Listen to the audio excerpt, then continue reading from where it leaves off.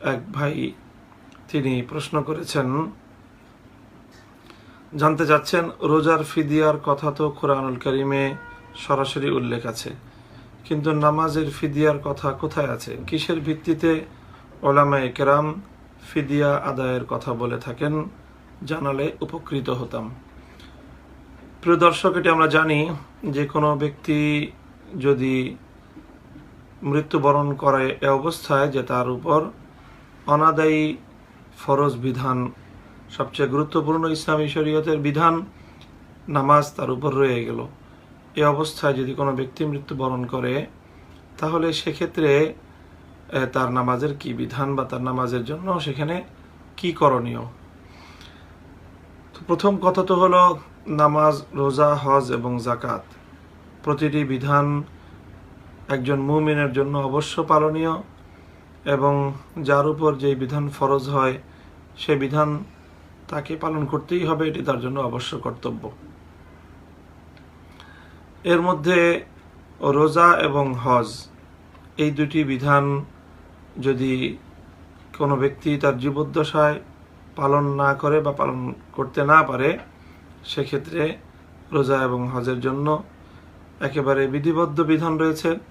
হজের জন্য যে তার সম্পদ থেকে তার পক্ষ থেকে বদলি হজ করতে হবে, বদলি হজের সে ওসিয়ত করে যেতে হবে তাকে। ঠিক তদ্রূপ যদি রোজা রাখতে না পারে তাহলে তার প্রতিটি রোজার জন্য নিসফে সা অর্থাৎ একটি সাদাকাতুল ফিতর সমপরিমাণ ফিদিয়া আদায় করতে হবে। যাকাত যদি কারো অনাদায়ী থেকে যায় তাহলে সেটা অবশ্যই সে ওসিয়ত করুক বা না করুক, তার সম্পদ থেকে দরিদ্রদের মধ্যে এবং যাকাতের মাসরাফের মধ্যে যাকাত পরিমাণ টাকা যাকাত আদায় করে দিতে হয়। তো ইসলামের এই তিনটি বিধান নিয়ে কোনো দ্বিমতের অবকাশ নেই। তবে হ্যাঁ, যদি কোনো ব্যক্তি তার উপর নামাজ ফরজ হওয়ার পর নামাজগুলো যদি তার অনাদায়ী থেকে যায় তাহলে সেক্ষেত্রে তার কি করণীয়? তো তার জীবদ্দশায় করণীয় হলো ইসলাম গ্রহণ করার পর থেকে তার যত নামাজ তার জন্য কাজা হয়ে গিয়েছে, ছুটে গিয়েছে, সকল নামাজগুলো তাকে আদায় করতে হবে, কাজা আদায় করে নিতে হবে, এবং সেটা যত দ্রুত সম্ভব করে নিতে হবে তাকে। এবং সে অনেক মানুষ এমন থাকে, অনেক ভাই বোনেরা যারা জীবনের একটা দীর্ঘ সময় পর্যন্ত নামাজ আদায় করেনি, পরবর্তীতে তাদের সম্বিত ফিরেছে, তাদের প্রায়শ্চিত্তের মানসিকতা জাগ্রত হয়েছে, তখন আখিরাতের ভয় এবং মৃত্যুর ভয় জাগ্রত হওয়ার পর এখন সেই অতীতের যেই প্রায়শ্চিত্তগুলো সে করতে চায়, তাহলে সেক্ষেত্রে তাকে অতীতের নামাজগুলো কাজা করতে হবে এবং যতটা দ্রুত সম্ভব কাজা করে নিতে হবে, চেষ্টা করতে থাকতে হবে।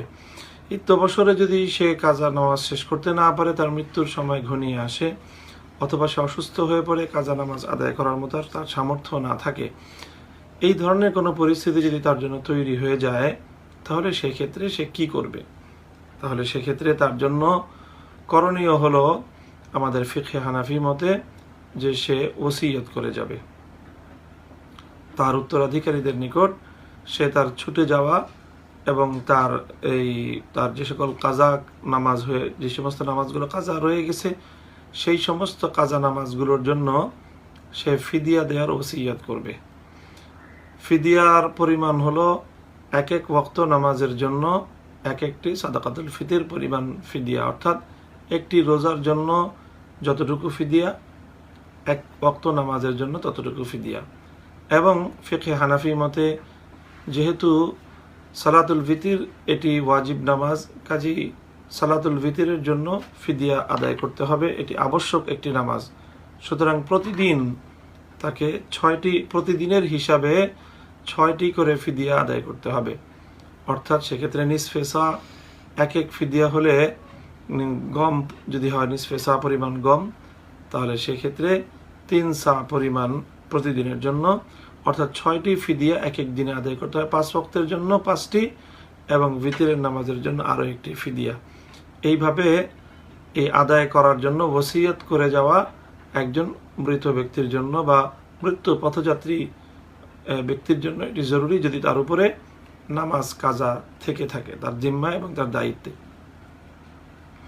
আর যদি সে ওসিয়ত না করে যায় তাহলে সেক্ষেত্রে তার ওয়ারিসিনদের জন্য তার পক্ষ থেকে তার নামাজের ফিদিয়া আদায় করাটা এটা জরুরি হবে না।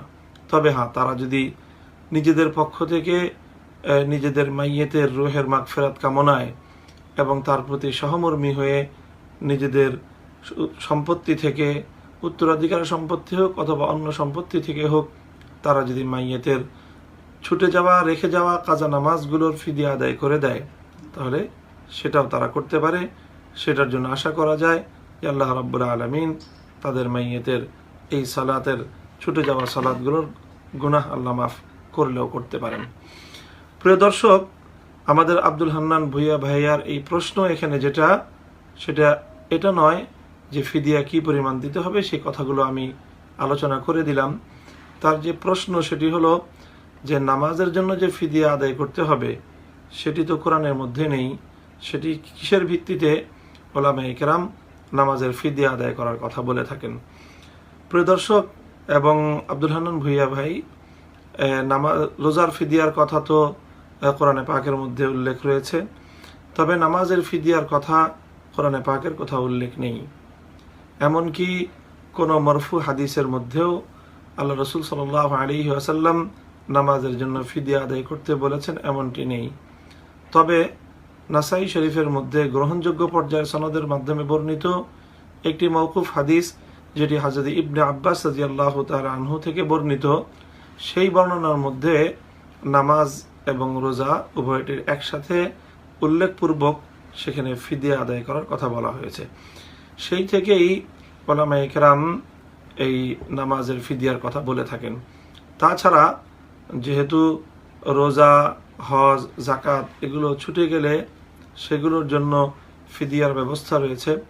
এমনকি রোজা এটিও নিছক মানুষের দৈহিক ইবাদত, যেমনটি নামাজ মানুষের দৈহিক ইবাদত।